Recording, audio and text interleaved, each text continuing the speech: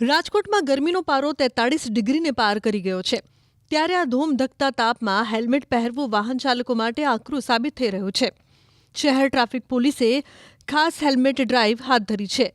આકરા તાપમાં પણ પોલીસ કર્મચારીઓ રોડ પર કડક ચેકિંગ કરતા દેખાયા. આ દરમિયાન અનેક લોકોએ પોલીસ સાથે દલીલો કરી. કોઈકે કહ્યું કે ગરમીના કારણે માથું દુખે છે, તો કોઈકે ઓનલાઈન પેમેન્ટ કે રોકડ ન હોવાના બહાના ધરી દીધા. સારું છે, પહેરશી અમે, પણ આજે બહુ અમલવારી થાય છે ને હોય જાય છે, ભૂલાઈ જાય, નીકળી જાય છે મગજમાંથી. એટલે હવે કાંઈક ધ્યાન રાખશે. આપણે હેલ્મેટ તો પડી કરે, પણ તો અહીંયા ઈડબ્લ્યુએસ સર્ટિફિકેટ આવ્યો હતો, ઉતાવળો લીધે વયો ગયો, ના પહેર્યું, ભૂલાઈ ગયું. પહેરશે હવે. માણસોને 4-5 દિવસ અગાઉ જાણ કરવી જોઈએ. આ તો જાણ કર્યા વગર બધાને ઊભા રાખી દે છે, એટલે કોઈને ખબર જ નથી હેલ્મેટ પહેરવાની છે કે નથી પહેરવાની. ગઈકાલે અચાનકથી રૂલ આવી ગયો ને સરકારી કચેરીની બહાર ઊભા રહી જાય. આ તો જેને ખબર છે એને ખબર છે, જેને નથી ખબર એને શું કરવાનું. નહીં, આ ગરમીમાં હેલ્મેટ પહેરવું જરાય શક્ય નથી, અને મેં 500 રૂપિયા ચૂકવ્યા છે. સરકારના નિયમ છે કે પાછળ બેસા હોય ને એને પણ હેલ્મેટ પહેરવું જોઈએ, કેમ કે એની પણ સલામતી રહે. એટલે જે આગળ બેસા હોય એને પણ હેલ્મેટ પહેરવું જોઈએ, જો પાછળ બેસા હોય ને એને પણ હેલ્મેટ પહેરવું જોઈએ. સારી રીતે જોઈ રહ્યા છે, કેમ કે લોકોની જાનની સલામતી માટે છે ને, બહુ જરૂરી છે.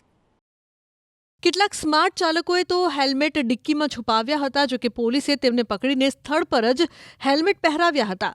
આ ડ્રાઈવ દરમિયાન જે નાગરિકો નિયમ પાળતા હતા તેમને પોલીસે પ્રોત્સાહિત પણ કર્યા.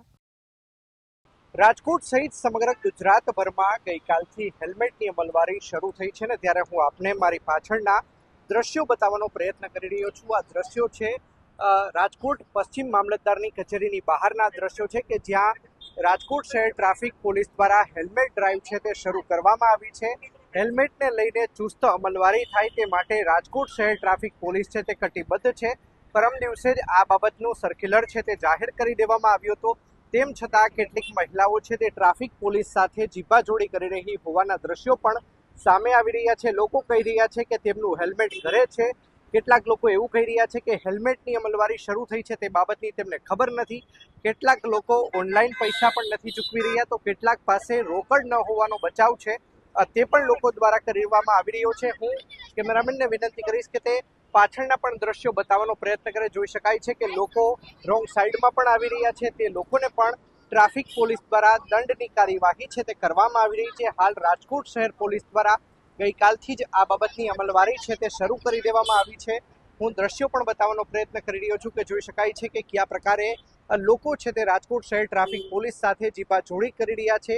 ગણ્યા ગાંઠિયા લોકો એવા છે કે જે હાલ અત્યારે હેલ્મેટ પહેરીને નીકળી રહ્યા છે અને ચુસ્ત હેલ્મેટનું અમલવારી છે તે પણ તેમના દ્વારા કરવામાં આવી રહી છે. તો બીજી તરફ કેટલાક એવા પણ લોકો છે કે જે હાલ અત્યારે બહાના બતાવી રહ્યા છે કે રાજકોટ શહેરનું તાપમાન હાલ 43 ડિગ્રીને પણ પાર પહોંચી ચૂક્યું છે.